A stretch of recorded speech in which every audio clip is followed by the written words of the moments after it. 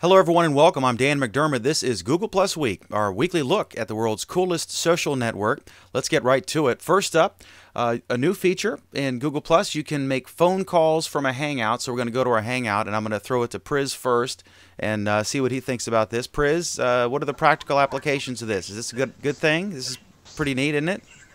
It is definitely pretty neat, and there are some really interesting applications. I think one of the neatest things about this is that although the phone calls themselves are free, if you're calling either a US or a Canadian phone number, the feature is available to everyone worldwide.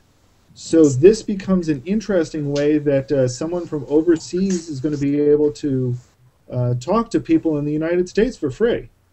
And then they said that they're going to have Oleg. I guess you're originally from Russia, and unfortunately, so yeah. But you have some nice relatives over there. So tell me, is this something that if it opens up internationally, that it would be useful, or more useful for that? Do you think, or I mean, there's so many other ways? I'm not a good example because I do have some relatives, but I don't call that much over there. But there's plenty of people who obviously call other countries, and I'm sure it'd be useful. Like any kind of free phone calling is useful. In terms of it being used as part of a Hangout, it seems like it's a little bit too much hassle to make a free phone call when you can just make a phone call just as easily from Gmail itself or Google Talk or something like that. So, I think it's a nice additional feature. I don't think it will become the killer app for Hangouts or anything like that. Okay. Anybody else want to weigh in on this in the Hangout? Just type in the thing and let me know, and I'll get you up there because I won't call on you if you don't want to talk about something. So anyway, okay, yeah, I think it's neat. I think I'm gonna use this in a minute because down in the show, one of our topics is I've got a sales manager for one of my papers who is looking to buy an Android tablet and an Android phone. She's leaving BlackBerry, and so I'm gonna be calling her from the Hangout, and I'll show you as I do it. Okay, another thing here, some police have.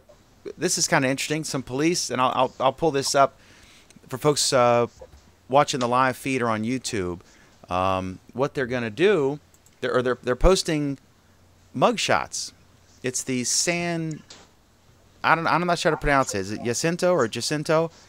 But this is their Google Plus page, and they are posting mugshots here. Sort of a little smokinggun.com on Google Plus. I guess that would have a deterrent effect.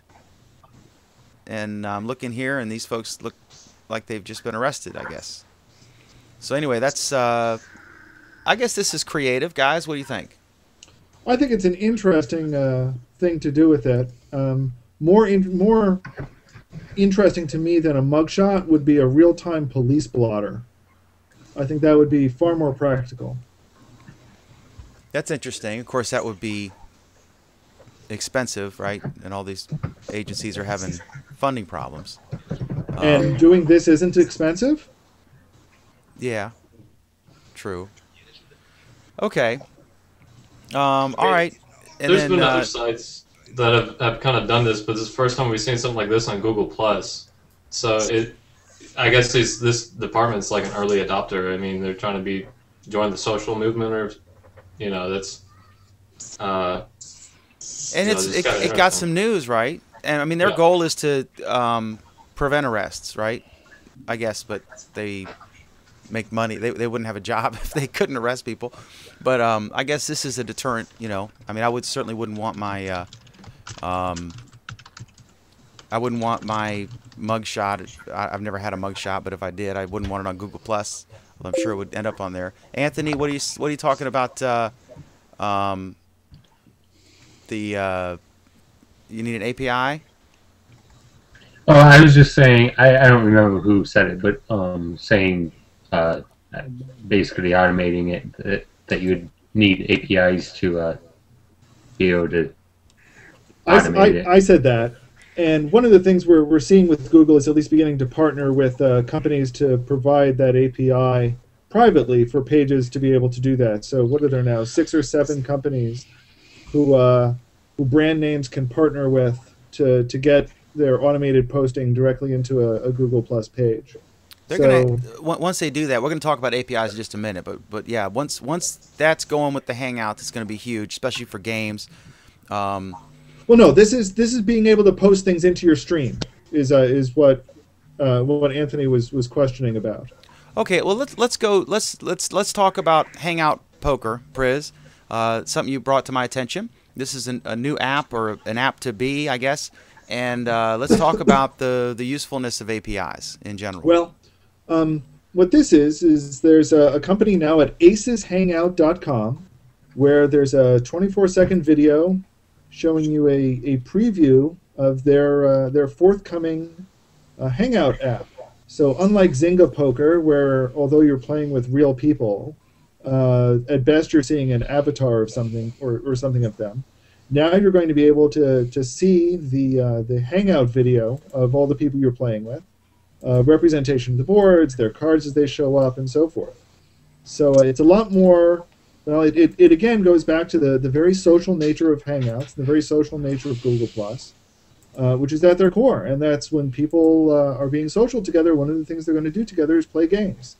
This is the first indication of a company is putting some of their money on the line to do this now. Now, as I've seen it, and I guess you can actually. The idea is you'll play poker and you can see. You'll have your hand, and it's a live poker game, but they've just added an element from Google Hangouts to be able to communicate. I think there are tons of apps, tons of applications for Hangouts that is just being tapped right now, and we're going to talk about one of those with Jens, who's here, and he's going to be teaching some foreign language classes. We're going to get into a conversation about that, and a conversation about how you can promote a business on Google Plus if it's at all possible from a page. But what do you think? Is this useful, do you think, Oleg, these APIs? Yeah, there's no question that there's all kinds of applications. I mean, I was thinking one of the when I used to do some multimedia stuff back in the old days on my Amiga, one of the first things people developed was titling applications. So you can actually generate display, which was a video-capable display, but add titles to them, using fonts and using graphics, things like that. And so you can make a basic movie and just put like a list of people involved in the movie as a minimum.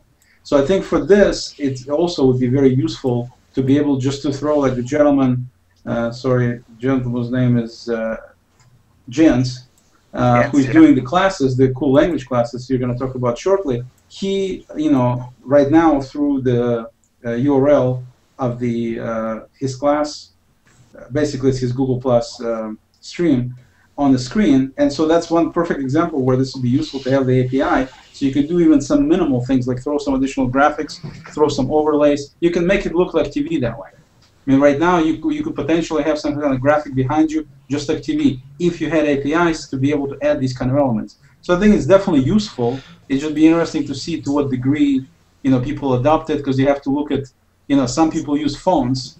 So obviously, if you throw a graphic with the word Dan on it, very small print, on the phone you won't be able to read it. So it'll be interesting how they adapt all this stuff. I know. But the deal with poker, I guess if they integrate it with Google Wallet and checkout, maybe people can actually bet and money gets transferred automatically through Google Wallet or something like that. Yeah, well.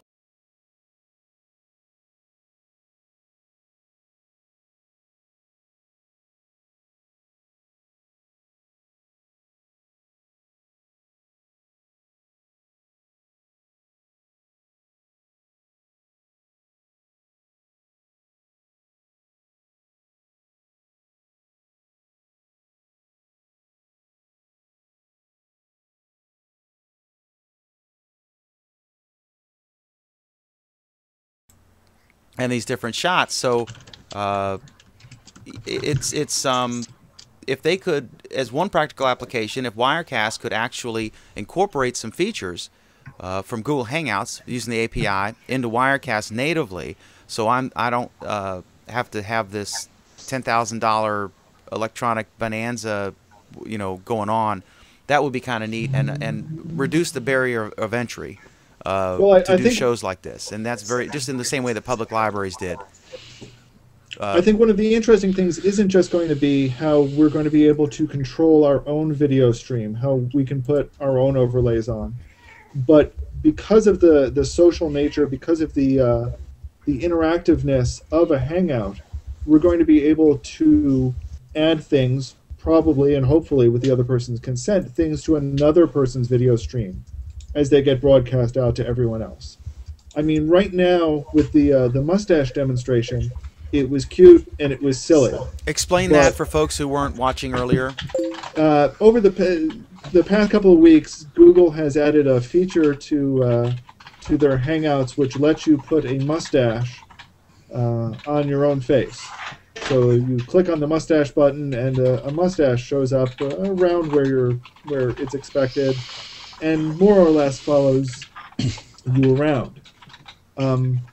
It's a clever feature. It's old. It's cute. It doesn't, it's silly. It was a way to get a bunch of news stories about Google Plus in the news. Right. And support the cause of supporting men's health. But underneath the technology that let them do this are the ability for us to, as developers, or developers outside of Google as well, to be able to add video overlays that track your face to a Google video stream. And with Hangouts and the infrastructure they have in place for Hangouts, you're also going to be able to do things that help alter other people's video streams. So what these don't just let you do the broadcasting. These let you have a collaborative environment to develop things, and I think it's that collaborative environment that we're going to see is really what's bringing Hangouts to be the killer feature of Google+. Oleg, you're not convinced, are you? No, I'm not convinced. I actually disagree with all due respect. I think from business perspective, and from a personal cutesy perspective, there are a zillion programs out there who can stretch your face, mangle your face, do whatever you want to do with your face around somebody else's face. It's nothing new. It's cutesy. You play with it for 5 minutes, you're done. I mean, there's nothing, in my view, nothing that would keep my interest to keep changing Alan's face or put something on him. I mean, it doesn't change my experience with talking to Alan one bit at all. Basically, to myself. Yeah, but as I said before, and the reason I added the topic is Facebook. I think, what's the statistic? Am I accurate? Like 80% of the revenue comes from games, and 20% comes from ads or something. And if you, I could be wrong. If I'm wrong, I apologize. But it's a dramatic amount of revenue they make from the games. And I know, Oleg, if you could wear a silly hat and a mustache, and get a 500% raise in your revenue, you would probably consider it and do it in public. I'm thinking. The chances are, though, that's slim that that's going to happen under these circumstances. I think where it's going to. I think the games are an important aspect, and I don't think that as this illustration with this online poker is showing, clearly there are a lot of people that think it's an important aspect. I think what's going to be bigger with how some of the mustache API technology works is that you're going to be able to augment another person's reality. Yes. And augmented reality is a huge thing these days when we're talking business, when we're talking research. It's certainly not mainstream, that's for sure, number one. It's not a huge thing in terms of it being mainstream, number one. Number two, augmented reality. Whoa. What do you mean it's not? I mean, every cell phone that's out there is giving you this augmented reality type aspect right now.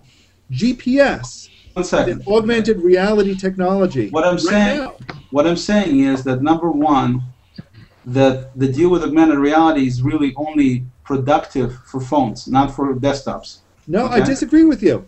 Okay. I think augmented reality, when you can have significant usefulness on a desktop. For example, right now, one of the things, if I could be getting a heads-up display showing up overlooking, covering over your video screen or in a corner of the video stream that I'm looking at you, providing me with information about you, or providing me with information about the topics that we're discussing, as just showing up there, augmented to the video, that's a huge win. And you and I are just sitting here. No, so let me get this straight. I have a wall behind me.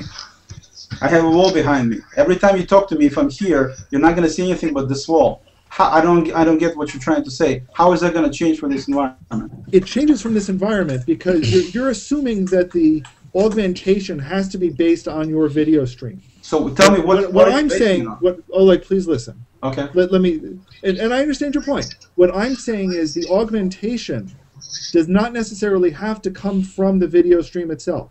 The augmentation can come from any one of a number of pieces of information that are going on. The augmentation could be information that I know about you. A very sophisticated augmentation with voice recognition could be analyzing what we're talking about and popping up information onto the video stream now. Mm-hmm. You know, just because the augmentation is of the video stream, it is not necessarily gathering the information from the video stream. Oh, I understand, but then that takes us to the next point about, if you're talking about voice, it could just as easily be augmentation based on a voice call too, through Google Talk. It doesn't have to be the API Hangout for that. Correct. No, correct. What I'm saying is what the API gives us is a way to display that augmentation. Let me give you another example. What if, for example, this wasn't a debate about technology? What if this was us looking at a presidential debate? There were any of other debates that are going on. Oh, what you're talking about? Something like Google TV. And how can I jump in here? We provided our personal input. If I could now be switching between us and seeing how we're voting on different topics as the topics are being discussed, that's augmented information that's being portrayed through our video stream. Jeff, you had a point? Yeah, I just said, actually, I agree with Oleg. You know, I'm not, if I want to overlay, I can put an overlay on the screen right now. Absolutely. You know, because that is just so easy to do. So why would I want all that additional crap on my screen when I don't have to? So here's the question, Jeff. Can you right now, this instant, overlay on the video of me the information that I'm providing, additional information that I might be providing of you, or for you? Sorry. Can I do what you're presenting onto me? That's your question? If I'm providing additional information, but I could augment the screen right now with an overlay, a text message, or a ticker tape, or a graph. I can do photo. You can overlay. This is the significant. This is the difference. This is what changes here. You can overlay your own video image right now. Correct. You can share a different desktop window. That's great. That's fine. And I agree. You know, this has been done before. This is not transformative or anything. It's important, but it's not transformative. What's transformative here, I think, is that with these new APIs that Google is going to be coming out with, we can not only transform our own, we can not only augment our own image, we can augment somebody else's image. And so again, what's the usefulness? I don't want you augmenting my. What about the proprietary rights? You know, because you're augmenting, you're changing copyright of another stream. And, you know, I mean, I think you only have to have control of your own stream. I mean, Alan, I don't want anything changed. So basically, it would have to be a deal where I need to permit you to make the changes. Well, but here's the thing. I mean, right now, I can, every time I can click on somebody else's window and not see you show up in my big screen. Right. Is that altering your reality? No. No. You're seeing what's being shown. It's altering my perception. But you want control over the other person's stream. No. You're saying you want to be able to click on No, that's not what I said. What I said is I want control over what I see from the other person's stream. In some applications, there might be ways that we'd want to control the other person's stream. Yeah, no, I'd like to get an example from, like, for example, business standpoint, which is what my interest is. For businesses, how would that be useful? I want a specific example, not some abstract deal. So you want a specific? You want a specific example on how I would want to modify your stream? No, I want an example of something that's useful and productive, not gimmicky. That's what I want. But like Cisco or any of the free conferencing softwares allows you for screen sharing, whiteboards, all that stuff. So that's already out there, So I don't see why. I mean, I see where you want it. It's this cool thing, and having that embedded in the screen. You click on something, you go to another window. That's kind of cool, but damn, you don't really need it. You want to have control of it. You want people to see things when you want them to see it. You don't want them being distracted and clicking and getting away from the message. All right, real quick, David wants to get in on this. David Cheney wants to get in on this. Yeah. Okay. I'm sorry. David. David, you're muted, buddy. Thanks, guys. All right, okay. Now, I was going to say, I think just about everybody's missing the point here except for Priz, which is the fact that when you have an API, you're giving control to all of these other creative people out there who can come up with the idea that we haven't thought of yet. The idea that Google hasn't thought of. That new business kind of market that, you know, whenever games came on Facebook and blew up and became a huge industry, people thought, oh, why people really want to play games on their browser, really? And, you know, they say it was a gimmick or something, but they were massively successful with it. And so we may think, you know, oh, we don't want to play games on Google Hangouts. Like, that's dumb. I don't want to waste my time doing that. There's probably a ton of people out there that came up with a kind of cool augmented reality game for it that you could play with your friends that someone else was able to develop because Google had an API for it. Then they could all of a sudden, that's the killer app. That, you know, so it's more about the fact that Google's giving control over the infrastructure that they built to other creative people and kind of opening it up. And that's where the real power is. Okay, and that's let me just ask you again, same question I asked Alan. I still don't have an answer. Think of one specific example. Forget about hypotheticals. Maybe people will adapt. Maybe Google is thinking. Okay. Forget all that stuff. Yeah, but APIs are all about hypotheticals. I think the poker game is a perfect example. If like you had the API, you could probably build an even better poker application. That's one example right there that people would like to play together. Okay, no, I think Oleg is specifically asking games. I understand. Forget the games. Is there anything other than games, or is games the basically clothing sales? The only reason? What? Clothing sales. Clothing sales? Yeah, I was gonna say, like, I help a small business sell on eBay, and we have a lot of auctions and stuff, and I have people asking me questions. Part of my job is I just answer questions that people have on products that I sell. If I could engage them in a way that they just open up the browser, they click link, and they get taken to a Google Hangout. They already have a webcam, or if they don't have a webcam, they have a chat, but they can see what I'm showing them. I could give them a tour of the product before they buy it, and they probably buy it. I could get that's a valid example. Makes sense. Oleg, here's an even better example. Here's a great example for you. What if on the shelf behind you, I could put an example of some knickknack that I'm trying to sell? What if I, as a photographer, can put on the wall behind you a photo framed? Live in the video stream. Very useful. Now we're talking. Now we're talking. And the hats and mustaches don't do anything. But right, the hats and mustaches are silly.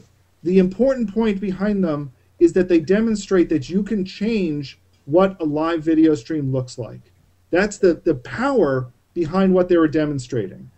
Now, admittedly, putting a knickknack on your shelf or putting a picture up on the wall, it's a lot tougher than putting a mustache on me. Right. Okay, guys, let's move on. I'll weigh in on this. That when they invented Twitter, they weren't thinking like let's overthrow Egypt. When they invented Facebook, they weren't thinking everyone in the world's going to use it. And so sometimes these things seem silly, but then they turn into valuable resources. And of course, it's a potential for people to make money if you're talking about the business applications of it. Whoever does this, if people, you could have an app and have ads next to it or whatever.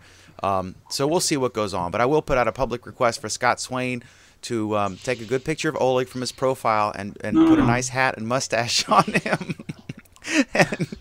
and maybe paint a smile on him or something. What is that internet company with the sock that went out of business like a year later? So you can have a lot of great ideas and just have them dive quickly. Well, there's I think what's his name?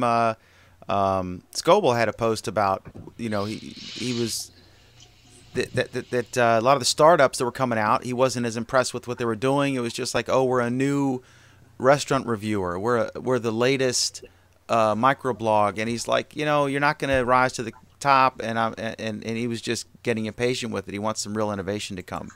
Sometimes even, there's a company that he actually said was a hot deal coming out from Israel, and I tried their product, which is a mapping product, and in terms of practical use, it still has a lot to go, even to be like Google Maps. So, even the stuff that he shows and stuff, people just don't know. That's the bottom line. It's like iPhone 5 coming out. Not that it has any direct relevance here, but same kind of deal. Everybody hyped it up. This was going to be just the greatest, Scoble said for the next 4 hours he's going to be doing nothing but posting Apple. the words Apple. I mean, on and on and on. And then iPhone 5 never showed up, even though they were positive it was going to come out. So of it's course, like Oleg it's the same thing. As a We disclaimer, may be right, we may be left. You know, that kind of deal. as a I'm gonna write disclaimer, my of course, segue to my Oleg is a long-term Apple evangelist, and he always Yes. sneaks Apple Yes. things Yeah. into the show. All right, David Cheney, tell me about the new Google navigation bar and what it means. You know, I'll just say that the Google nav bar, you know, Google doesn't really change their layout that often when they do. They generally gets everybody talking, but this change right here, I think, indicates to me is very revealing that of Google's overall plan, and that is to really integrate all of these separate services they've had for a while. Is this okay? Is this the finally kinda navigation do it. bar when you're in Google.com or like a Chrome nav bar? Everywhere. What is this? Google.com. I'll tell you how I found out about it. Is I just opened up my Google browser and randomly I had the new layout on my Google.com homepage, and then I started seeing. It wasn't even across my account. It was only on this one laptop that I had. So they did something to the cookie, and to me, they're pulling all their stuff together under one cohesive, integrated application, and trying to market that as like, you know, full court press. You don't just use the internet. Google is everything. We have, you know, images, social, videos, everything you want to do on the internet. But it's just more of a design thing. It's kind of pulling it all together. Everything used to look different. You know, you jumped to a different Google product, and then you had a different navigation layout. And it seems they're finally starting to pull things together. And when I see that happening, I just think, you know, Facebook cannot match that. I mean, nothing Facebook can do. Facebook is will great pull at their that niche. thing. Facebook is terrific Right. at their niche, and they've stumbled, and you know now they've just settled with the Zucksters settled with the FTC and all that stuff. But they're really great at their niche, and initially we've said this a million times. Google Plus was, you know, the Facebook killer, and everyone was excited. All the tech geeks were excited because it was a bunch of people like us. But really, it's not. It's totally different. It's you need most people need Twitter, Facebook, and Google Plus. Let me ask you though, Oleg, what's your thoughts on this? When they first came out, they said that Google Plus was, you know, it was this, that, whatever. But is it in fact? And I've just put a. Yeah, I can see it. No, it's my thoughts. First of all, it's a little different than what Google used to do in terms of they would do a rollout. Either most of the time they would do a limited rollout to certain people, and so over a course of a number of days, everybody gets the upgrade. They don't have to do anything. This time it's different because you actually have to go change a cookie for this thing to work. I mean, it doesn't. They haven't rolled it out to everybody, or even to some people automatically, from what I could see. Like the new YouTube thing where there was a There hack are people to activate it early. automatically. So, but there's a couple of different ways to do it. But what I was going to say was that what they're doing is, I totally 100% agree with what David said. But what they're doing in addition to this whole focus thing and streamline and everything else, is they're, number one, changing their look to be much more consistent and at the same time much more functional and useful. But they're doing it in congruence with not just desktops, but also not laptops, but the tablets and phones. So what you can see them doing, like they changed the interface on Maps 2 days ago to have a pull-down menu compared to what they used to have on the Maps. So they're basically streamlining the interface to be the same on all platforms. So whether you're using Google on a phone or on a desktop, you're getting a very similar experience. That's what they're doing. That's why they have the pull-down deal. Okay, I've got the screen on Harold's. Harold, tell me what's going on there. Walk me through this. Well, basically when you roll over the Google Plus, there's a little down arrow there, and this drops down. And as you scroll over the more, you get an extra menu pop up. So right now I'm going to take it off. Now you'll see here, nothing. It's just black. But when you scroll over the more, the second menu pops up. And so you basically have all these features, and it works in most all of your stuff, except the problem you have is when you go to search, it's gone. That bar is gone in search, but it works in all the other features. It doesn't work in all of them. It actually it still doesn't work, but most of them it does. Yeah, but so, I'm sure they will change it. I mean, yeah, the problem is with this is that I use the search here as my home page, and it would be nice if I had that in there so I could access all the features from my home page. That's really And neat. I think they will change that. I think they will change. Yeah. One of the problems It's with on the my current Google.com homepage. I don't know, but like you can go to almost any. If you're on a Google product on my screen, there's the same post. You know, in the top right corner, you've got the where you can click and say post this to Google. That's almost everywhere I go now on Right. any kind of Google site. Yeah, it's And on that's just Google. me in the future. It's on Google.com, but it's not on Google/IG for some reason. Yeah, it's Yeah, not. no, they haven't rolled out everywhere, but basically, you can see that they certainly, made it a pull-down deal, which makes it obviously a lot less screen real estate. Still having plenty of room, especially with the more, so they have plenty of room to grow if they need to grow. And it's one of these deals where, like I said, it'll look equally decent on the phone and everywhere else. Plus, if you could look at it, you can see that they've integrated the top. They have their logo at the top, and then they'll have Google search basically to the right, and then some Google Plus features relative to Google Plus, and it'll be across all the platforms. It'll be across the docs, it'll be across everything. So essentially, they're giving you ability to search, ability to go to any of the product, and ability to do Google Plus stuff directly from the top bar. And it's going to be the same across all the different apps and everything. So it's going to be completely consistent and congruent. And same thing with tablets and phones, which I think is, they did a beautiful job in terms of visual. And the only thing that needs to be now changed is if you look at extensions like G plus Me, for example, for Google Plus, the guy shows the actual, when you scroll over the post, it shows the beginning of the post, when that gives you a preview, way too high, because they made the bar thicker than it used to be. And so that kind of cuts a little bit into it. So people that write plugins and stuff will need to adjust a little bit because there's a little bit more vertical real estate at the top now because of that. But functionally, I think they did a beautiful job. Okay, It looks David. It looks nice. Is it only on Chrome or is it on? Because I don't see it on my Firefox. I haven't tried Firefox, but definitely it's on Chrome. I'm sure they'll make it, probably cross-browser. It is Yeah, rolling out. yeah. It is rolling out everywhere. It just takes time. Yeah. Yeah, and it's cookie specific. It's not browser specific, and it's not IP specific. So if you don't have the cookie on Firefox, but you have it on Chrome, then you'll have it on Chrome, but you won't have it on Firefox. Yeah, you can just easily add it, so it's no big deal. Okay. There's also one more new thing Oops, out. I don't want to block Anthony. Oh God, what have I done? Cancel. Sorry, I hit the wrong button. See, I'm trying to click on these things. I'll show you exactly what the problem I'm having now is. I'm in. This is one of the bugs in Hangouts with extras. Well, this is why you need the API, because then you'll be able to click on anything on his screen and be able to have it come up. Yeah, well, see, I can do it, but it doesn't behave. So you'll get stuck on somebody, and then it won't. I don't know. It's normally you can select. Like I'm going to select Bruce here, and then Bruce comes up, and that way he's in the main shot. So if I go to like the main shot here or here, then it works. And you guys in the Hangout don't know what I'm talking about if you're not watching the stream. But then I can click again. You see how he's green around there. I click again, and it goes to blue, or goes off. And then it's whoever's talking. But then this one down here, Harold's stream is blue, so it keeps going to him.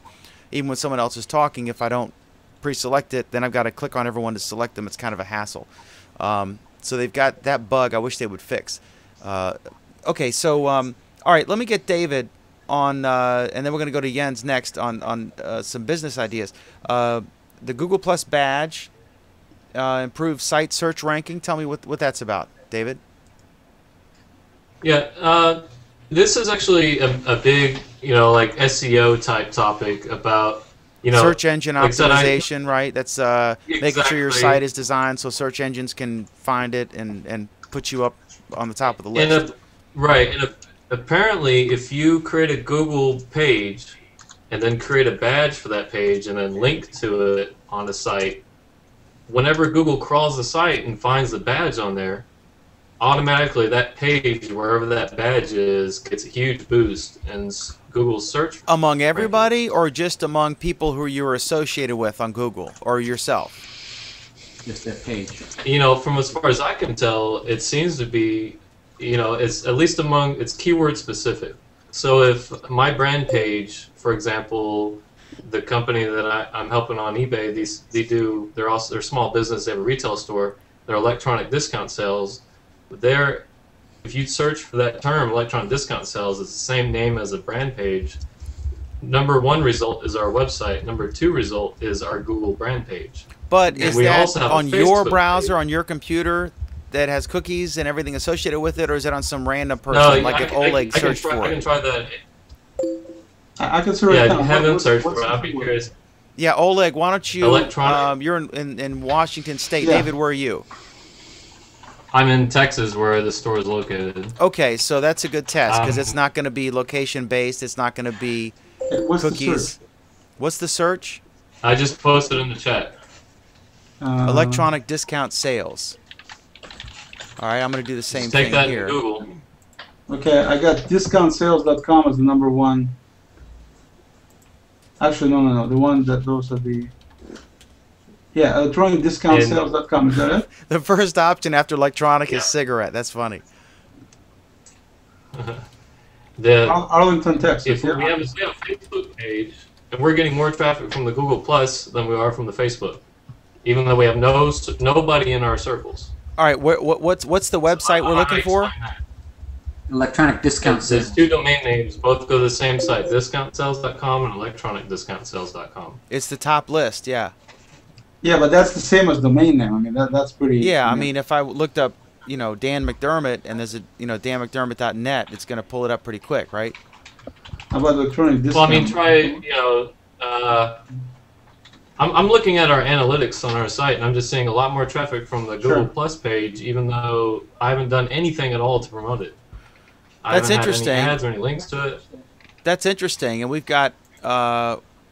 Okay, let's. This gets to our next thing here. That's interesting. So you would recommend, before I move, you definitely recommend that everyone put that icon on there to plus your page. Yeah, And I tell would say because we kind of talked on this on a previous episode about how anybody can create any brand page under a name that they want.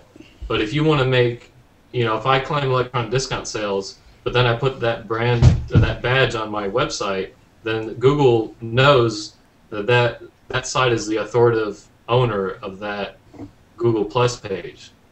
So, if Sony.com has a Google Plus page, and then some bozo has Sony Google Plus page, the official one that has the badge on Sony.com is going to be ranked a lot higher than the guy who's trying to brand jack. Yeah, they've got a similar thing with Google News, because like when I write a story, and I post it on any of our newspaper websites, that Google News will pick up, and then it'll have my name, and it'll have you can add me to a circle or go to my Google Plus page from right within Google News. And to do that, I had to go on the newspaper sites, and I had to go to my Plus page and connect to it or whatever.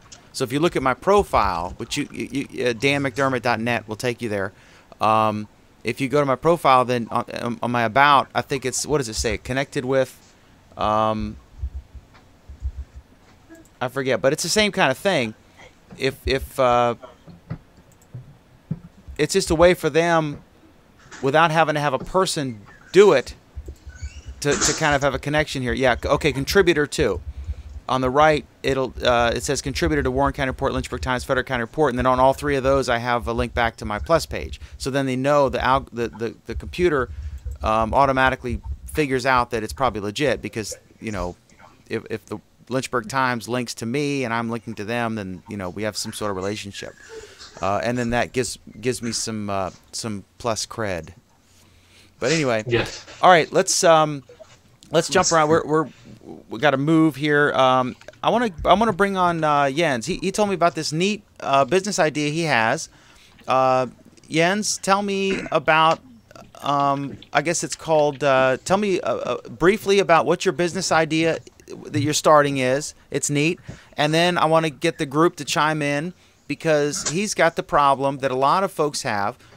If you are Ford Motor Company, General Motors, Starbucks, you're going to get a lot of people circling your brand because you're an established brand. If you are actually trying to grow a brand or a product or service using Google Plus, and in his case, he's specifically using Google Plus because he's going to use Hangouts for what he does, and he's going to tell you about it in a second. But it's very difficult because you can't advertise in Google Plus. You can advertise on Google, and now you can advertise a Google Plus page or even your own profile using AdWords. But you couldn't before. and so I want to get him to tell us about his site, which is coollanguageclasses.com. I think that, I guess, reverts to his Google Plus page.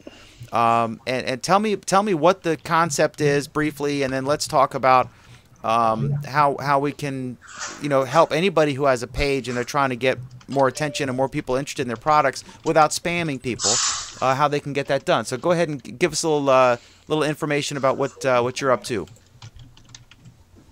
Yeah, well, the URL already sort of indicates what we are up to. We are a language school. We do have a twist or two, though. We don't want to do these typical language courses where you have 125 chapters at the end of the language course. You either speak the language or you don't. We split the whole thing in several packets, and every single packet is going to be themed. We're going to start now with football. You're over there at the other side of the big herring pond, call it soccer.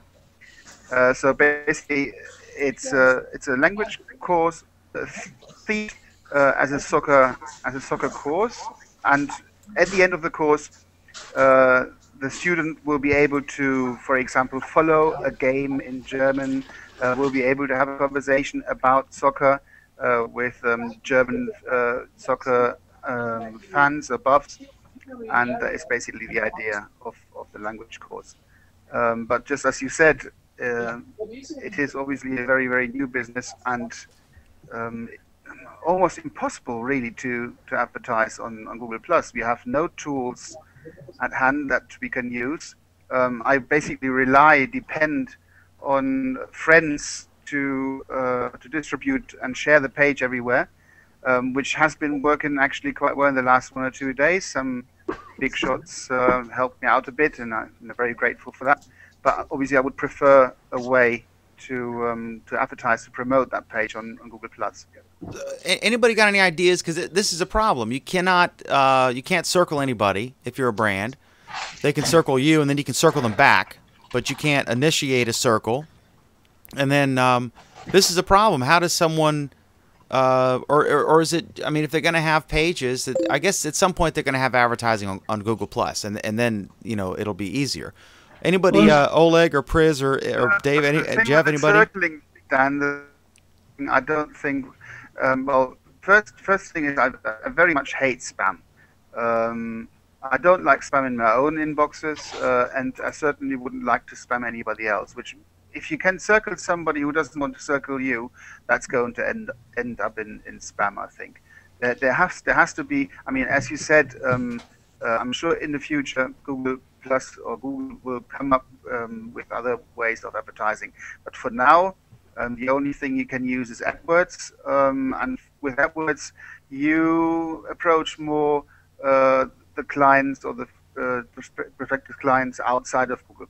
I would need something that enables me to advertise my page or my services inside Google+, because we're going to do the classes, the language classes, obviously in Hangouts, and my clients are going to come exclusively from Google+, and that is where I would like to advertise. Jens, move to your left just a little bit there, please, for the shot. Move to your left just a little bit for the shot. And then, David, you had an idea?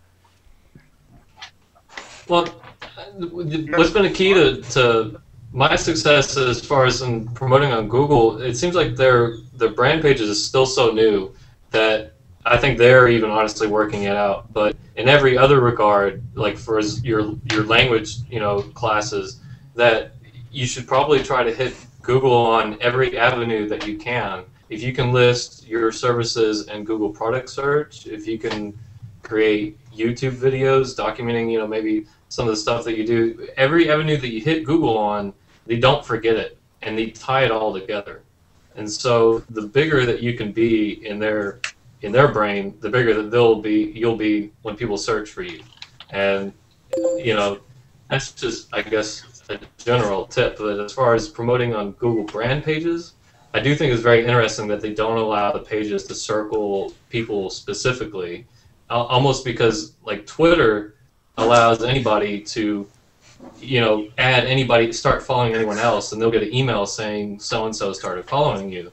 And that's the way a lot of people network, is they just go they find potential customers or potential interested people, and then they follow them just on the chance that maybe they'll follow them back and then find out about them. I think it's a compromise. The problem, though, David, the problem with that, David, though, is that you also get a lot of Twitter spam, and more people have been complaining about Twitter accounts that are just randomly following you because they get a free email to you, and in the hopes that maybe you're going to follow them back. But if you don't, they don't really care that much because they've already made that initial contact. The whole thing with the following is you get a notification if someone follows you, usually. Although I think now if you circle a shared circle, they don't get notified, or maybe they do. I don't know. But I think you can control it. You can control that. And Oleg, I'm going to throw it to you in a second. But I think a compromise on this that they should consider at Google is if allow a page to circle you, don't notify the person that they've been circled like you would if a person circled you. But if the person looks at who circled me or goes to that brand page, then they'll see it, right? So they're not. It's not intrusive, but it's there. And Oleg, you had an idea on this anyway. Well, a couple of things. Number one, I think there's a lot of things that gens can do even on Google+. I mean, true, you cannot put ads, but there's nothing that stops you from putting something linking to an ad on your own website. Okay, you can certainly do that. That's totally allowed. We don't have a website. So you should put one together. Use Google Sites or something else to put one together. It's not that difficult, even if it's one or a few pages of nothing but promotional. A page that has just a little coupon saying you get 20% off your first class or something. Okay, I mean that's very simple to put together. It could be a page hosted for next to nothing. I mean, you can use Google Sites for this. Okay, which means it's going to cost you nothing. And you'll be able to accomplish legally, according to their laws, what you're trying to do in terms of physically advertising by having links from the Google Plus stream over there. That's one thing you can do. Second thing you can do is, they have the big share button. Use that number of times from your personal stream. Okay, not as your business, but as your personal stream. I do that all the time. I share, I got 2 pages set up right now for both of my businesses, and you see from time to time, those things are being shown in my stream because I just go ahead and either reshare it or I simply do the, here's my page, and if anybody wants to circle. So you can certainly do that multiple times as well. That's totally legal. You can comment. And in addition to that, I'm sorry? You can comment as a page, correct? You can comment. Yes, you can. Yes. Well, what you could do, Jens, is log in as your page, right? Or how do you do that? No, you can't. You have to switch identities before you do anything. So that's gonna be, you have to. Yeah, change. he could search search but, as his but friend. See, then right? you don't have all the people. I know what you mean, Dan. It's actually a good idea. Yeah, I know what you're talking about. You log in to your Plus page, and then as the Plus page, you, for example, do a search for a particular post, exactly, and then you comment. Yeah, and you don't want to say you don't want to spam them. You don't want to say hey, check out my page and circle me, I'm awesome. You want to put a relevant comment that you would put as an individual and do it from them, and then they're going to click on you and see what you are. And you want to look for people who are interested in football or soccer, depending on their geography, and then people who are like, man, I wish I could find a quick and easy way to learn German in a Google Hangout. And then they're like, oh, well, gosh, whatever. But that's one way to reach out. It's time consuming, right?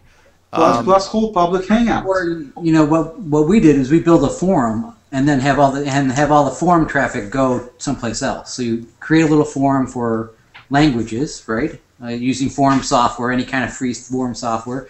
It builds its own community just like Google, Hangouts or Google Plus, and then you just point everyone over to your classes over in Google Plus Hangout. Yeah, so there's basically I think Oleg just brought up an important point that you should consider, and that is hold some public hangouts that are short, not exactly your class, but kind of a taste of your class.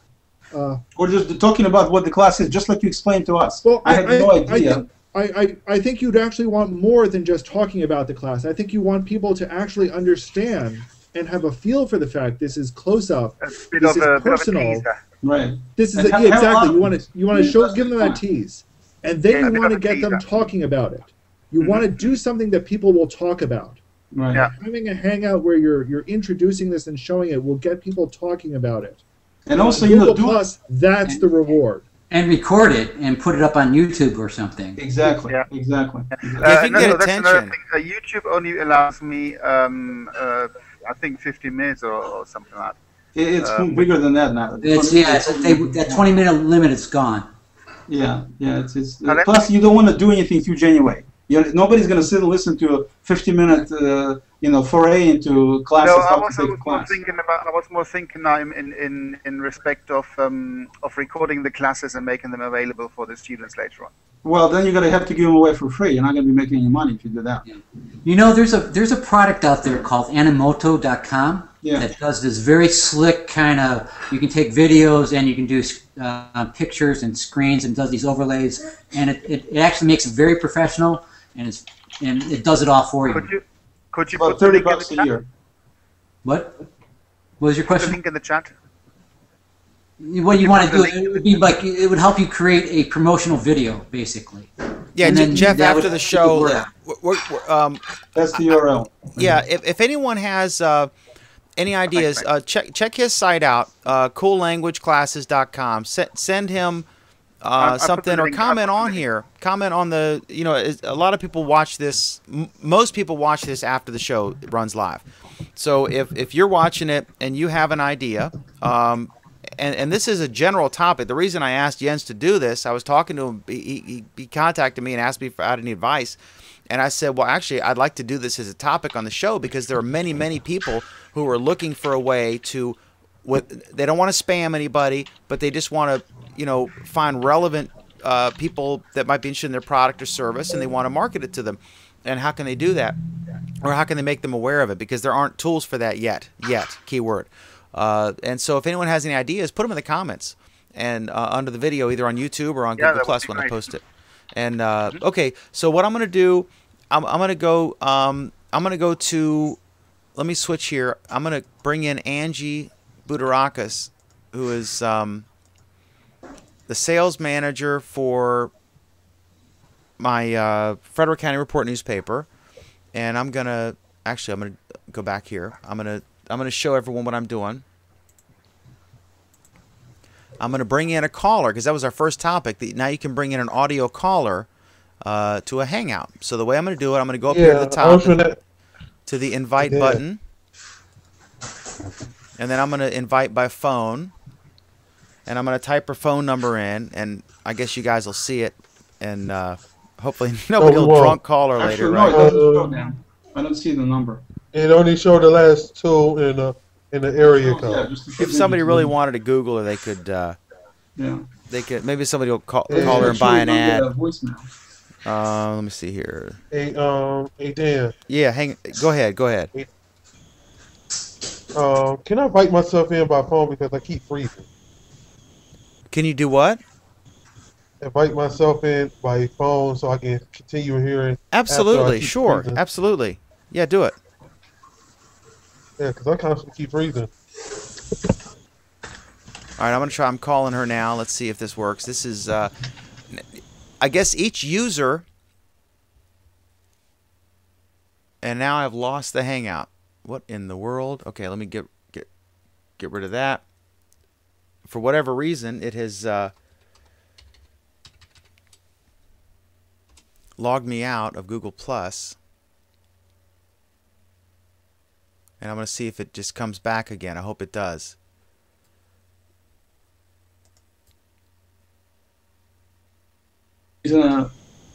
Hey, it logged me out. I had to log back in with my password. I can hear you, Dan. Okay, hopefully this recovers here. Okay, we can hear you too now. All right. That was odd. Yeah, I typed her number in. Yeah. And it immediately it made me type my password in there, and so I switched shots. But Angie, you can hear me good, right? Angie, she just left. All right, she's left. Let me try it again. She just left. All right. I see we have discovered a bug. It's Google Beta, so they don't have it yet. I demand a full refund of everything I've paid to join Google Plus. In that case, you already have it. 6, 8. All right. 683. Hello? Can you hear me?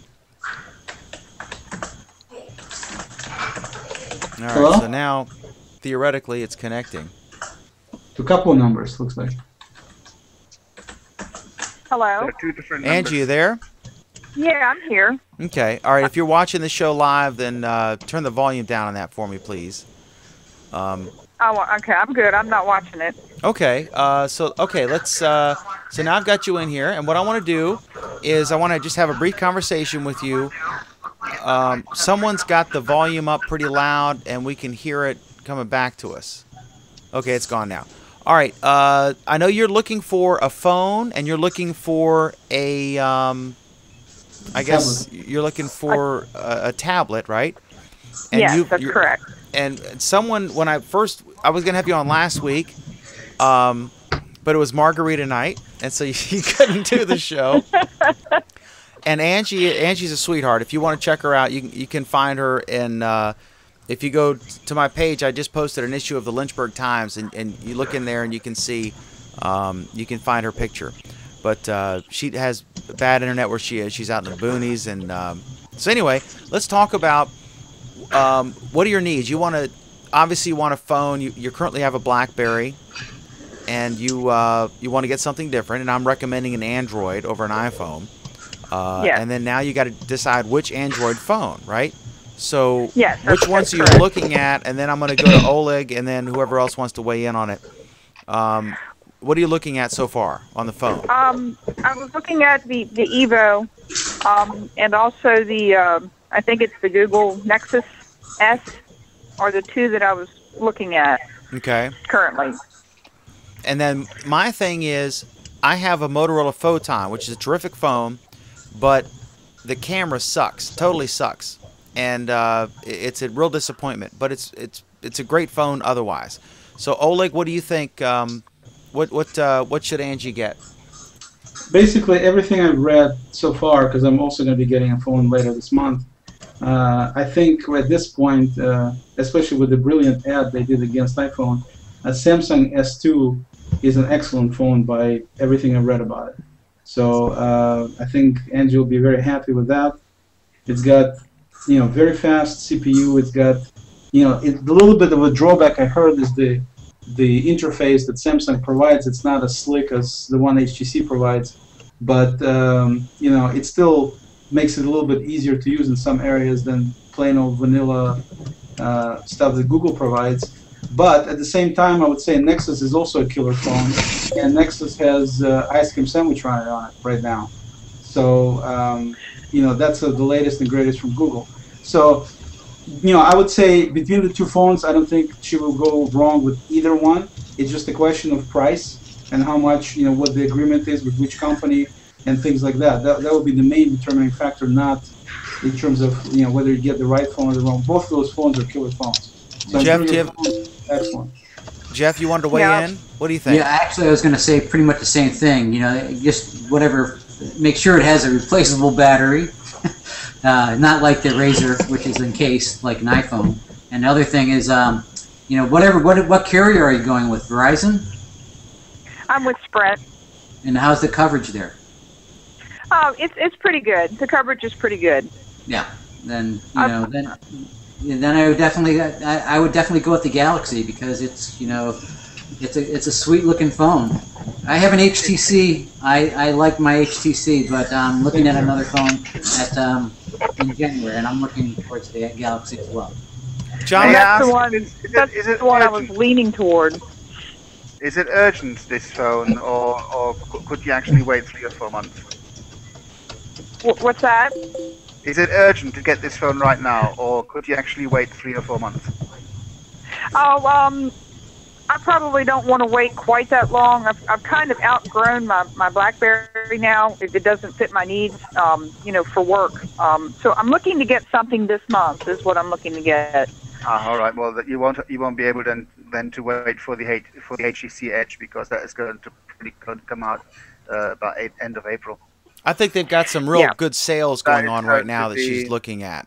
Well, yeah, I was looking at the Nexus and the Evo. They were both free over the Black Friday week, but my upgrade, of course, wasn't until December 1st. So, and I decided to wait and kind of. I like to read reviews, and I do a lot of research before I purchase anything. So there's good and bad, for both of them. Jonathan Maddox, what are your thoughts? What phone should she get? Or you're saying an Apple, right? An iPhone? Yeah, don't get it. Are you muted, buddy? I think you're muted. Yeah. Can y'all hear me now? Yeah, you're good. Yep. Go ahead. Yeah. The reason why I was saying Apple is for one good reason. Is because FCC doesn't control Apple iPhones.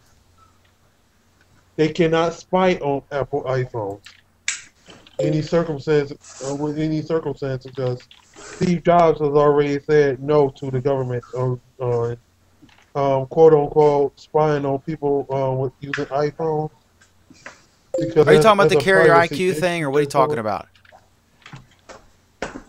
Yeah, I'm basically saying iPhone is your best way to go because the 4S.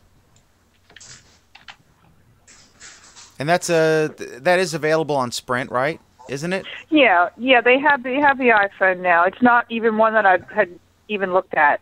Yeah. I'm not sure it's. Good girl.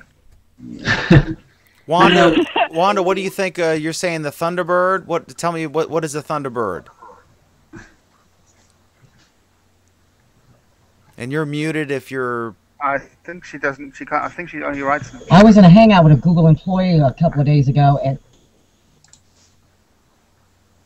I can hear you. no, can you hear me now? Yeah, you're good. You're good. Hello?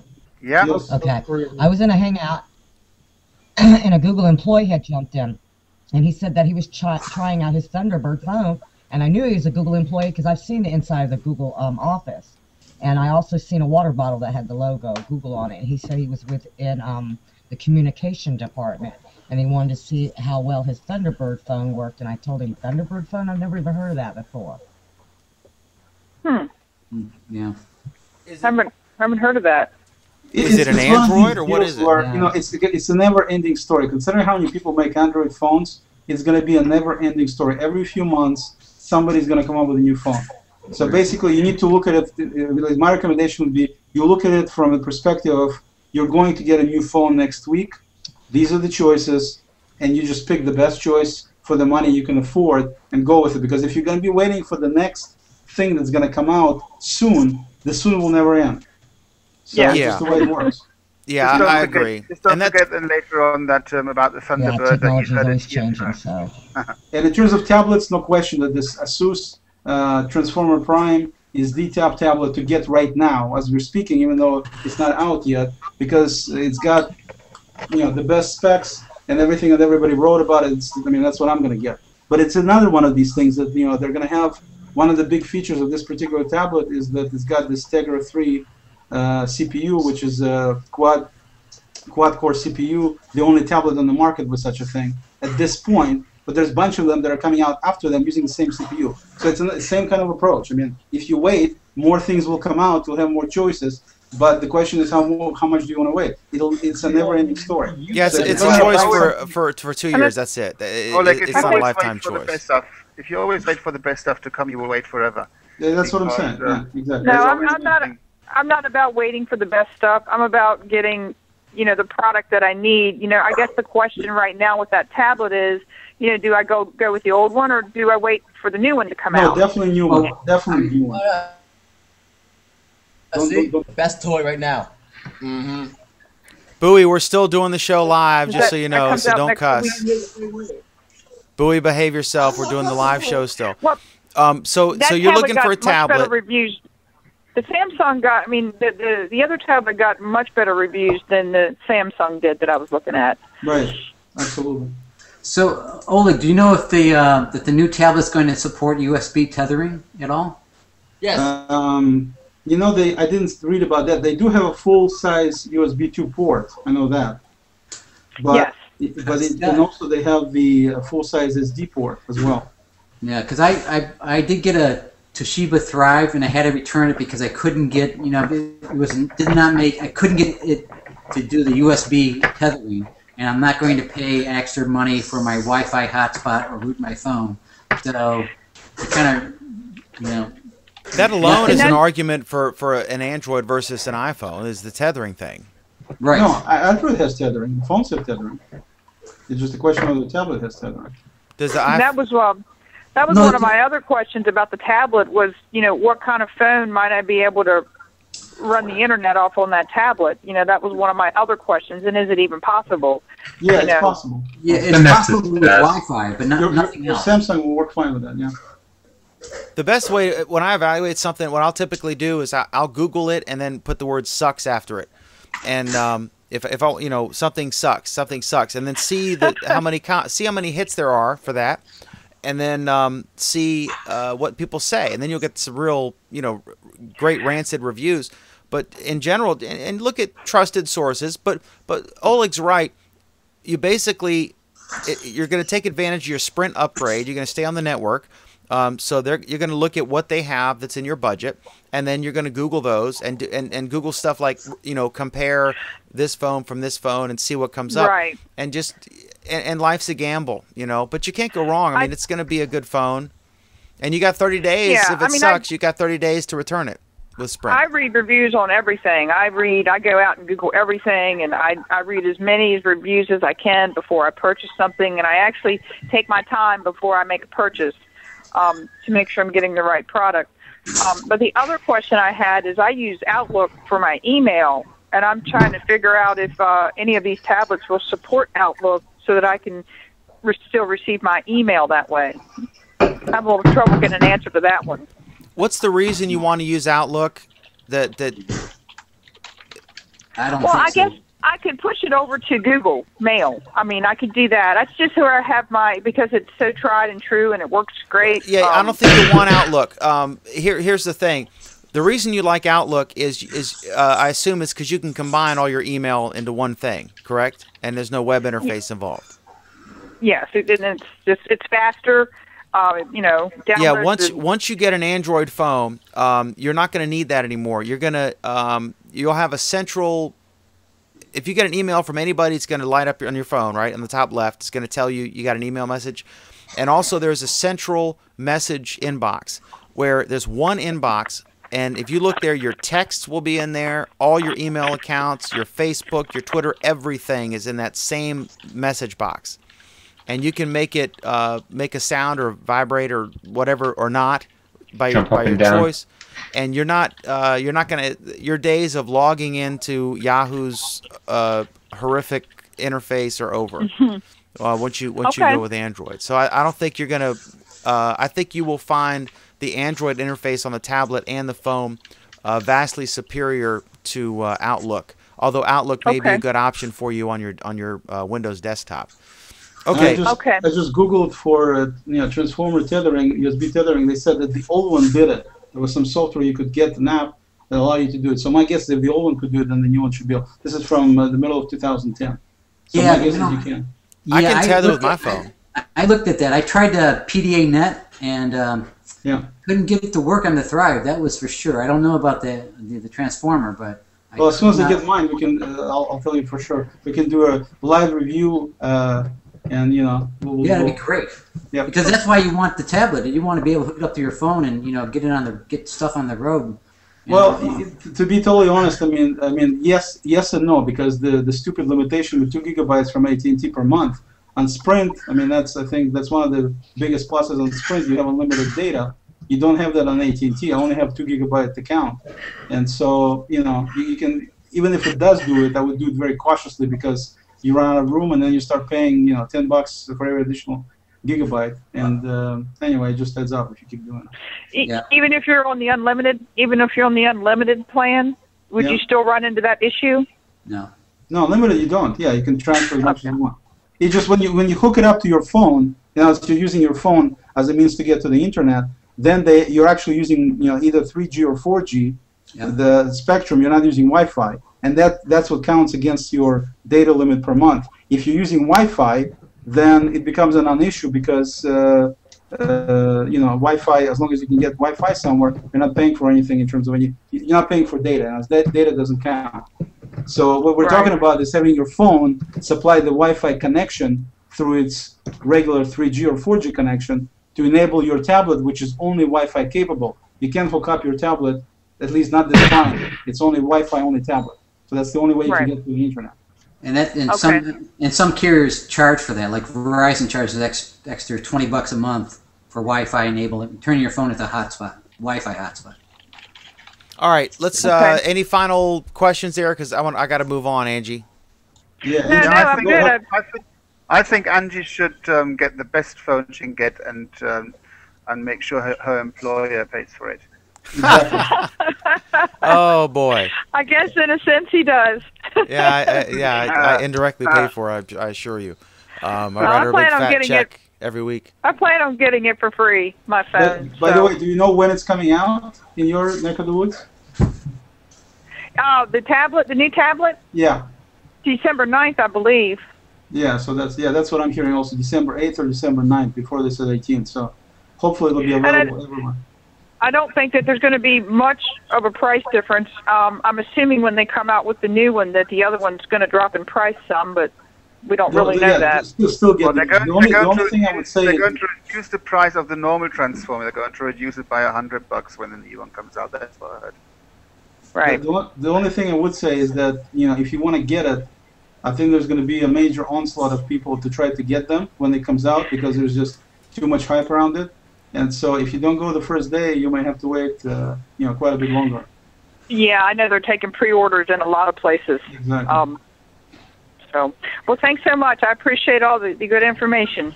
Angie, thanks for answering the phone when I called this time. You're quite welcome. All right, Angie. Awesome. All right. Okay, cool. Talk to you later. Thank you. Again, if you want if you look at my profile, you can look at the Litchburg Times and like page 2 or 3 or something. There's a picture of her.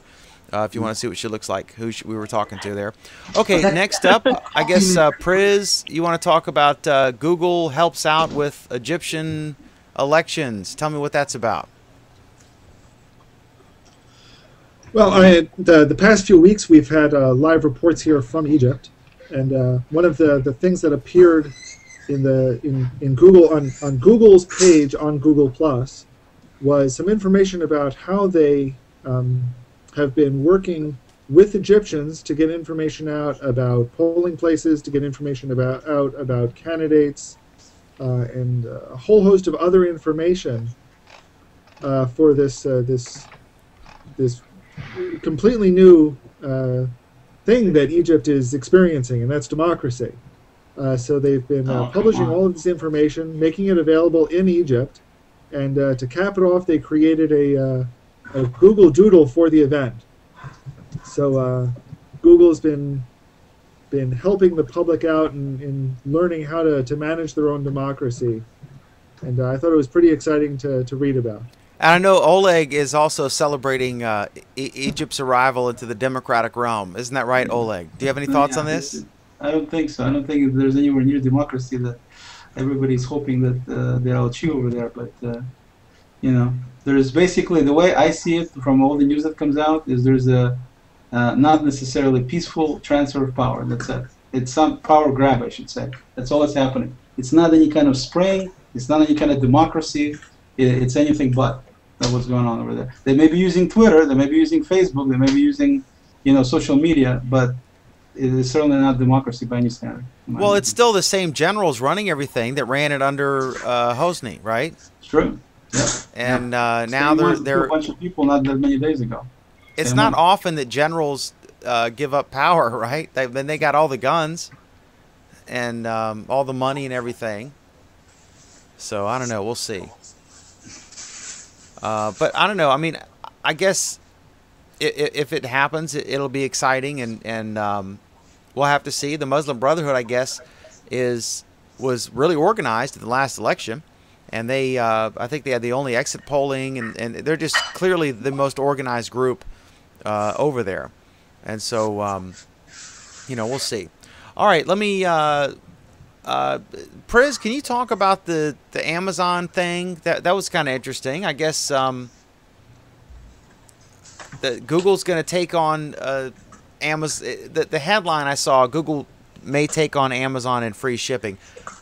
So, and then some headlines were suggesting, you know, Google's going to sell retail products. Really, what they're doing is, it looks like they're going to enable with certain retailers a way to ship very quickly, just sort of more like a part of their shopping program, right? It's kind of confusing still exactly what they're talking about, but what everyone seems to be saying is that this sounds like a ploy by Google to basically make their first attack at Amazon. You know, they've fought against some of the other big players that's in the technology realm these days, and now they're trying to take on Amazon directly. But exactly how and exactly why Google is getting in the middle of this mess really isn't clear to anyone so far. So you know, there's talk, you know, they're going to integrate it with Google Wallet. You're going to integrate it with the various other checkout mechanisms that Google has. But right now, it's still pretty unclear exactly what they're talking about and how it's going to work. And quite honestly, why talk about this right in the middle of the Christmas shipping rush?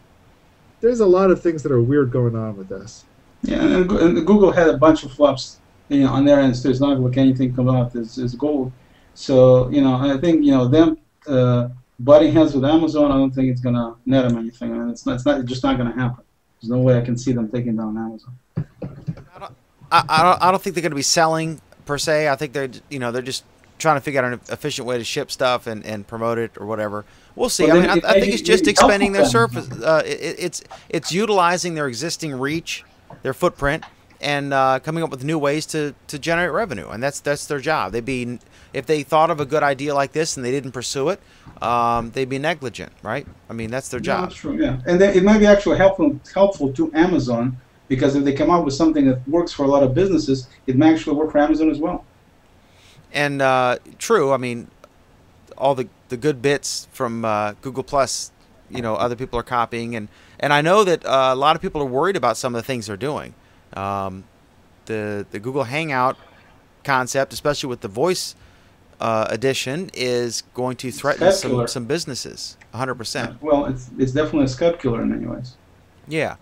Okay, let me, real quick, I'm going to switch order here, and then we've got a security vulnerability thing. We're going to talk about Oleg and the pepper spray meme video we've seen.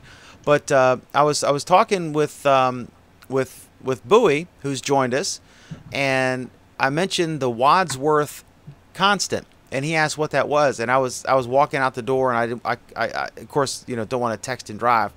But the Wadsworth constant was sort of a meme in itself. It was interesting. It was, I guess, about a month or two ago. And what that is they were, if you Google it, Wadsworth constant, you'll see it. It's really interesting. They were in Tumblr, I guess, and someone showed a video of somebody who was teaching how to fold a fitted sheet, which is a challenge for any man, right?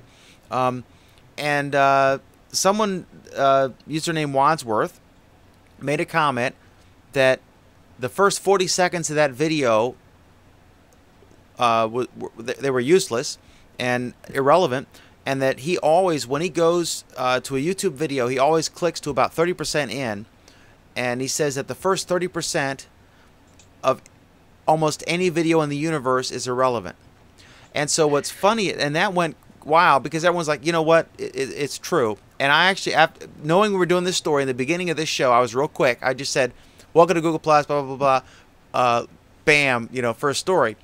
But it's true to a certain degree, about the first 30 seconds or whatever, because in the fitted sheet thing, she was describing, like, everyone knows it's hard to fold a sheet and you have to cause it, blah, blah, blah. And then finally, 40 seconds in, she's like, okay, here's the sheet. You do this and you move it. Now Google actually has a little thing where if you type in the URL, youtube.com, watch, whatever, at the end, if you put ampersand Wadsworth equals 1, it will skip to 30 seconds into the video when it starts it. So they've actually, and Google has a history of they see memes that it's funny, whatever. So I wanted to just explain what that was. But I think that's largely true, that there's a lot of junk in the beginning of these things, right? I would say That's pretty cool. I like that. Right Good and fact. wrong at the same time. Good, very useful fact. It all depends on what type of video it is, what genre and everything. If it's music, then the whole thing is supposed to be the first 30 seconds of a music genre video. It's the key point on getting discovered. If you post a music video about your first music video up on YouTube, the first 30 seconds of it has to capture people's attention. If it don't, then it won't sell.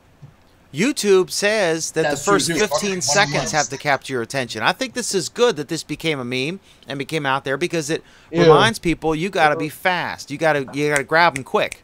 You know, it'll make videos stronger. If you have a thing, if it's boring in the beginning, you're doing your intro and your plug, make sure you circle me, blah blah blah.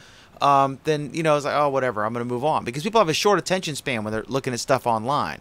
It's not like a newspaper or a movie where you are used to that. You've got too many alternatives. You got 17 tabs open, and you got too many choices. And if something doesn't grab you right away, you're off to the next tab. All right, so let me go. And I'm going to tell you something, a secret about YouTube. And this is a true thing. Most of all the videos on YouTube is mostly music and comedy. You mean the popular videos? Because I don't know if that's most of the videos, just the ones that do well. If you look at the top 100 list, you're going to see comedy and music videos. Yeah, if you put it on the first million, you'll see the same thing. It's just like it overpowers all the other videos, informational videos, government videos, and sometimes it overpowers like I was saying, instructional videos and stuff like that. But you would be amazed. You would be amazed. Really want to get known out there. You would be amazed at how much people are making just from publishing informational videos. There are people who are retired on informational videos on YouTube. Yeah, sure. Yeah, but I know YouTube inside and out. That's why I was saying how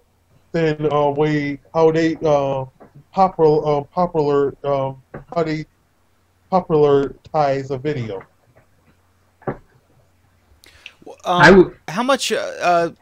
Elaborate on that, will you, Priz? I mean, how much? Like, if you do a pop, how to iron a shirt correctly, or how to avoid overwatering your plants, or whatever it is.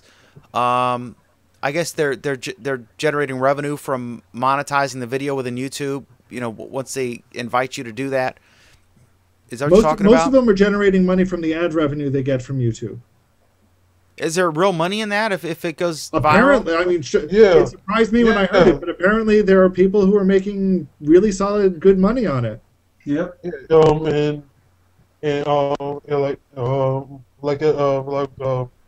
One. I'm drop one name in here.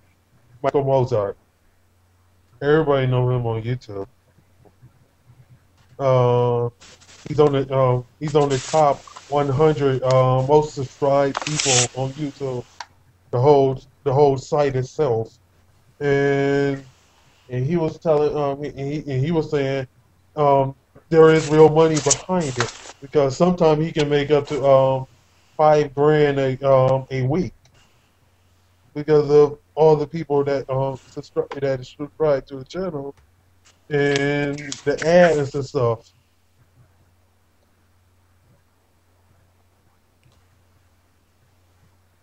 All right, we lost audio there. Okay. Yeah, Michael Mozart, check him out. He's on Google Plus. He's got a lot of people who follow him and share his stuff as well. So let's go. We got two more topics here. There's the last topic we're gonna have was the whole pepper spray thing a scam? And Oleg found a video that is suggesting this. We're going to get into that. But first, Oleg was he discovered a potential vulnerability in Android on phones, and he posted something in the Google forums about it, in the support forums, and he got a bunch of comments, including one from one or more from actual Google employees. And I want to get Oleg to explain exactly what that is, because it's you know, like any security vulnerability, it's interesting and it's potentially scary. So, Oleg, why don't you give us a brief rundown of exactly what the situation is, and let's try to keep it brief and in layman's terms, and then let's talk about it. If this is a threat, if anyone else has seen this before. Sure. Basically, what happened was initially, I used Gmail like many other people use Gmail for a number of years, and then eventually I got to the point of buying my Android. And so when I got my Android phone, literally the very next day after getting it and setting up my Gmail account on my phone, I got tons of emails, kickbacks, that a bunch of emails that supposedly I sent were kicked back because they were going to illegal or to the wrong email addresses, the ones that don't exist. And of course I didn't send any of these emails. I noticed that there was a lot of Chinese in them, which also was kind of disturbing, and I couldn't understand why. So basically it looked like somebody got into my Gmail, sent a mass email to people, and all the kickbacks came to me because that's my email account. And that happened the very next day after I activated my Android. It has never happened before. Now, I'm an IT guy. Things like antivirus and anti-spyware are basically a religious experience in the way I use computers, so I knew that I wasn't hacked in any way this way, and there was no reason for anybody to hack me. I'm just a regular guy there. But after posting this and finding out about this, after posting about this on the Google forum, help forums, I got, over the course of the last, year and a half, 2 years, I got over 90 comments there. Some of them are mine, mostly they're not, from people saying, you know what, I got this phone from this carrier and I had exactly the same experience, and then this phone from that, exactly the same experience. So that was very disturbing that a bunch of people took the time and effort to actually put in there saying they had the same problem, where they used their Gmail for years without any problems until they activated the Gmail on their Android device, and boom, immediately they had some sort of bad experience with seemingly somebody else logging into their account maliciously. Then what I did was, as many of you may know, at the bottom of Gmail they have an option, a little link called Details on the bottom right. And if you click on it, it shows you all of your attempts, or anybody's attempts into your account, logging into your account for the last 10, 12 hours. And Dan can show you a sample that I did, that I took one day, that clearly shows that this is my account, and yet the IP addresses being logged into my account are not my addresses. In fact, in some cases, if you were to trust the IP addresses themselves, which of course could be spoofed, theoretically, they're showing place like on that sample from Texas, and they're showing different Washington state IPs that are not my IP. And so it was very disturbing to see that potentially somebody's logging into my account still after all this time. And the only thing I add that at one point, to try to make things better, the Google guy kind of dismissed the whole notion, the one that wrote about it finally in that forum, saying that you need to make sure you're running antivirus. Basically, their canned response to how to deal with security issues. And so I followed their guidelines precisely, changing password, did everything they told me. It still did not change this particular details display. Then later they came out with a two-way authentication, which is a process where you have a little application on your phone, and it generates random numbers, like a 5-digit number, every 30 seconds or something. And so when you log into your account, you have to add that particular number to get authenticated. That's why they call it two-way. You're authenticating with your username, password, and the special code from the app. And I changed it to that approach, and then I changed passwords again, and still the problem remained even after all of that. So basically, that's the story. There's the proof. The problem should remain because they can't log in. I'm sorry? Say no, again. I was thinking about application, the specific application. If you choose one of those, they can't use it again. So I was wrong. Sorry. Okay. But are you using a proxy? No, I'm not. Because if you're using a proxy, IP could jump. Because Right, I have a bunch of IPs on my network, at least 20 IPs. I'm not using a proxy. And they always email me saying that there's been an attempt on my to hack into my account because I have so many different IPs. Yeah, no, I'm not using a proxy. So if you use a proxy, I'm not. And your proxy jumps, I'm not. IPs. I understand, but I'm not. And so the only final thing. If you're not, what modem are you using then? I'm sorry. I'm just using my regular ISP. What kind of modem are you using? Modem, I'm using the whatever the hell. The DSL modem? It's a regular Verizon modem for their Fios service, which is the fiber optic deal. Is it a DSL? I don't know how Verizon works. Connection. It's like a cable modem, fiber optic connection. Yeah. I don't have that problem because my... Is it a modem plus router as well? Yes. All in one? Yes. That one jumps IPs. You just don't know jumps IPs, you mean to the point where it's going to show an IP from a different state? Yeah, it jumps 5 IPs. I'm sure of it because I have a very hard time cracking it. Very hard time. No, but it jumps IPs even if you don't turn it off?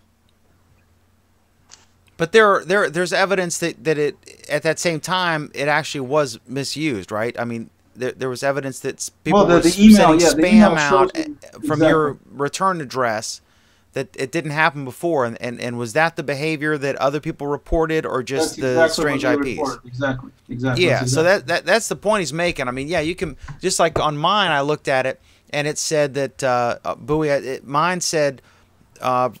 Mobile New York, and I'm in Virginia, and there were several Virginias before and after, and I'm guessing it's just Sprint, their IP was registered in New York or whatever, and that's what I grabbed locally, but it's really there.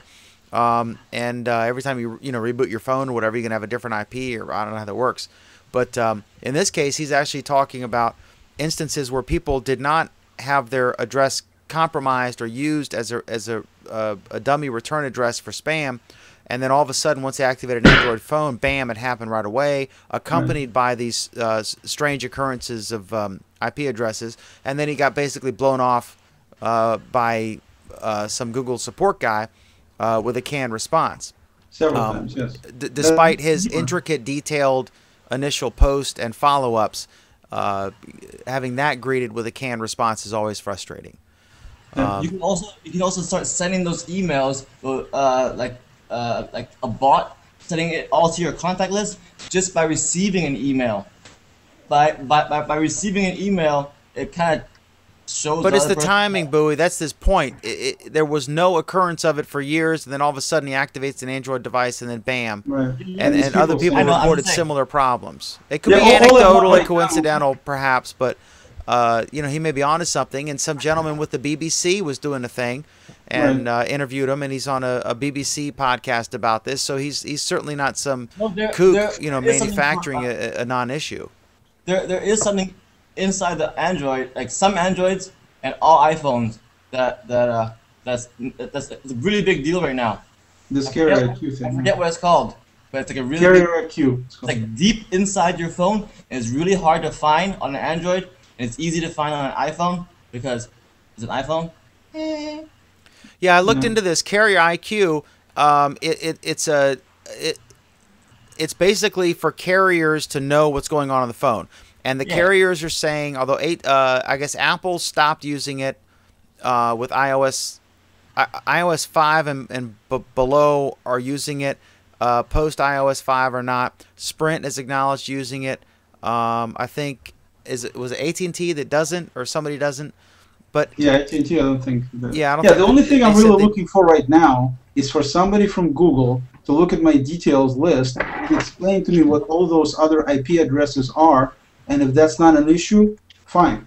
But I'd like somebody from Google to explain it. to me and everybody else who's Well, doing hopefully somebody, you know, I know there are a few who watch the show, and I hope that one of them will, you know, and if anyone's watching the show, if you know somebody at Google in this area, go to the YouTube video and find the minute second marker where this conversation starts, and email or share a post with that person and say, hey, listen, there's an issue here that is not being dealt with adequately by Google support.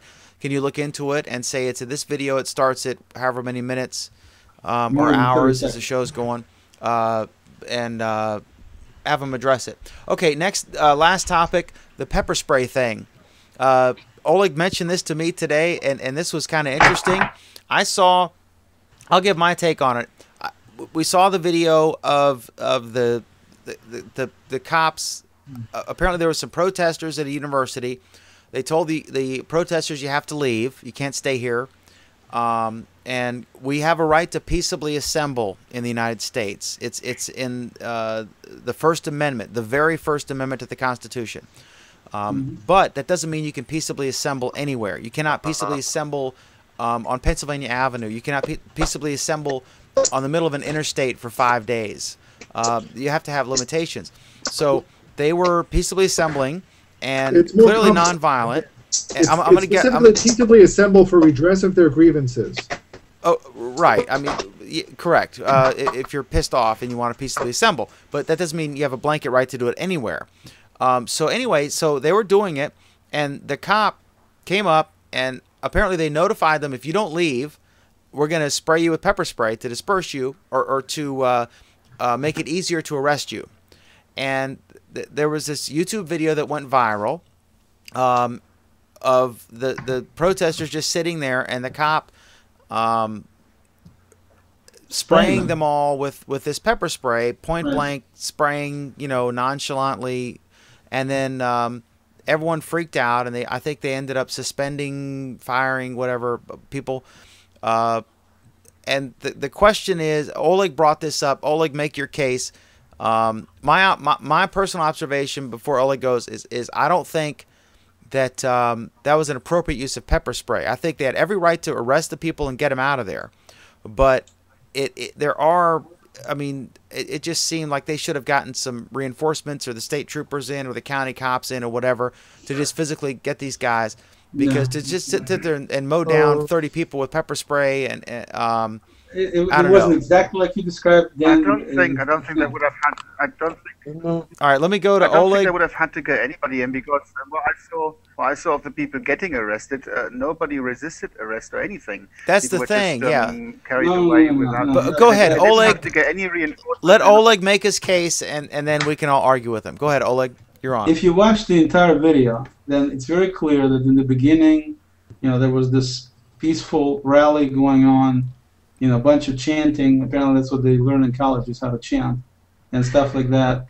And so that's cool. The police was there. Nobody was spraying anybody. Nobody was kicking anybody. Everybody was fine. Then they were told that they need to leave the premises from where they were, or they will get arrested. Someone will get arrested. They did not leave, so police arrested some of them. Okay, that was the first thing that happened. After the police arrested some of them, and they were sitting over there, chanting started to let them go, to have the police let them go, which of course police was basically following their job. They were not doing anything they were not supposed to do. Then when the police got ready to leave with the people they were already arrested, these folks sat on the ground preventing police from leaving. So it's not the fact that they were trying to arrest somebody and they wouldn't let them do it. It wasn't that at all. What happened was the police was trying to simply get out of there with these people, and these people who sat in front of them would not let them leave. So then they were told them multiple times that they need to get up and leave, and police needs to get through, or there's going to be some consequences. Okay? And they still wouldn't get up and leave. They just basically said that they were going to be sitting there, and they want the police to let these people, you know, free them. And the police wasn't going to do it because police is just following the laws. They warned them. They didn't leave. They arrested some of them. These people were sitting. That's it. They warned them time and time again. They were shaking this pepper spray for at least, I don't know, 3-5 minutes, giving people plenty of time and plenty of warning, visual and otherwise. They need to get up and let police through, and they wouldn't do it. So then the cop comes over after they've been threatened verbally more than one time, and they could clearly know this is going to be happening, and the guy starts spraying them. All of a sudden, now the freaking out thing starts because they didn't believe him. They thought it was a joke. Then they started chanting, "You can now leave." They opened the place where the road was so police can leave, and now they're supposedly telling them it's okay for them to leave. That's the whole incident. The only part that you saw, which was completely out of context, was when the guy was spraying it like nothing happened before and after. That wasn't the case at all. Oleg, I don't think that really changes anything, Oleg, though, because to be honest, whatever reason you can bring on here, an excessive use of force like pepper spray can and never should be allowed to be the answer. Like I said, these people could have been arrested in a normal way. They weren't arrested in a normal way. They were pepper sprayed, and I know a thing or two about body language. If you see the cop, I think his name was John Pike or something like that, you see the cop spraying the students, his body language clearly suggests that he actually enjoyed the job. Oh, come on. The other thing is, if you look at the body language of the protesters, it's clear that they know that they're about to be pepper sprayed. They are shielding their eyes. They've closed their mouths. The question is not whether they knew that it was coming. Of course they knew that it was coming. The question really the question is not, are they being civilly disobedient? Of course they were being civilly disobedient. Of course they were. They were. The question remains, did the cop follow correct procedures? And the answer is no. The cop did not follow correct procedures. How do we know that? I think that's your opinion. I'll tell you. How do we know that he didn't follow the procedures? Did the police chief defend them initially? Dan, I will tell you how we know that. We know that because we have talked, there have been a number of interviews with the person who developed pepper spray. Oh, that doesn't mean anything. No, Dan, let me finish. Who developed pepper spray, who developed the procedures for its use, and who has trained thousands of police officers in But he its doesn't proper work for use. that police department. The pepper spray. I saw the interview you're talking about. I forget the guy's name, but I saw the exact interview you're talking about.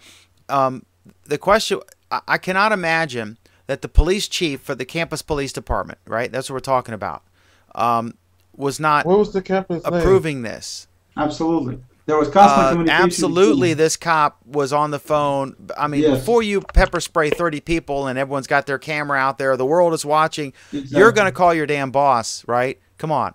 And so absolutely, the policy, the recommended use, I'm sure he had approval to do so. From his bosses, and that's the policy. That's the only policy that matters to an employee. The problem is he did not do it correctly. I don't know about that. Or there is evidence to indicate that he has not done it correctly. Are you saying that the way that he sprayed them, like, you know, you spray up and down or instead of side to side, I mean, just for example, to differentiate, you know, two different styles. So you're saying the style of the way that he pepper sprayed them was incorrect? Yes. Is that what we're getting upset about?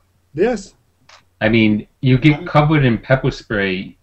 The idea is for the pepper spray to go into your eyes. If it goes anywhere else on your clothing, what's it matter? Because it doesn't change the effect of the pepper spray. Well, it does, because pepper spray tends to linger at least a little bit. The point of pepper spray is to... That's a ridiculous point. I mean, with all due respect, it's not if I'm going to get a wasp with some black flag, it doesn't matter if I go left or right or up or down or circles. It's done, you know? Well, no, but Dan, here's the question. It doesn't matter if you get that wasp with black flag for 1 second, for 5 seconds, or for 30 seconds. I mean, this guy gave him a healthy dose, you know? He gave him an I mean, there was evidence to indicate that he gave an excessive dose.